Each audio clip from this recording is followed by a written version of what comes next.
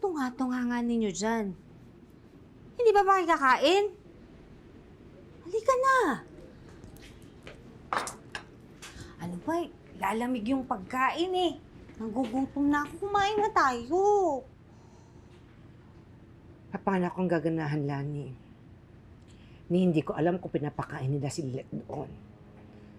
Kung nahihirapan ba siya sa mga oras na to. Kung sinasaktan ba sila. Ako ang magulang niya. Pero wala naman akong magawa. Ate, huwag ka mawalan ng pag-asa.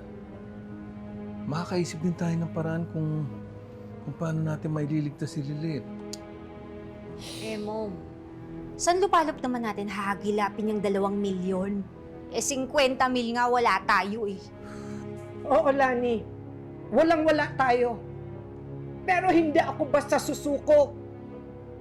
Kahit lumuhod ako at mamalimos, hindi ako titigil hanggat hindi ko nakukuha ang anak ko.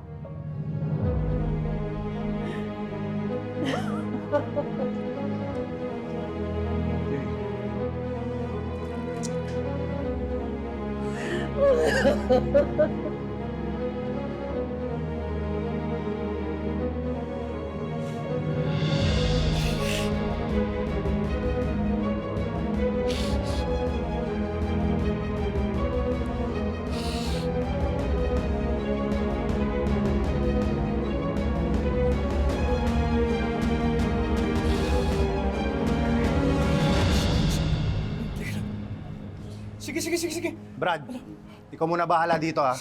Titignan lang namin yung labas. Kanina pa nga ako talo. Sige na. Oh. Yan. Oh. Yan pa. Malapit na manalo. Malapit na kita matatalo. Yan. Sus.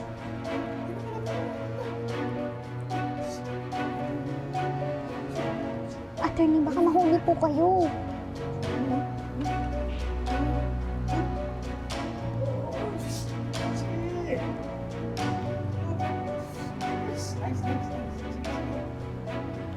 Akala nyo matatakasan nyo ako, ha?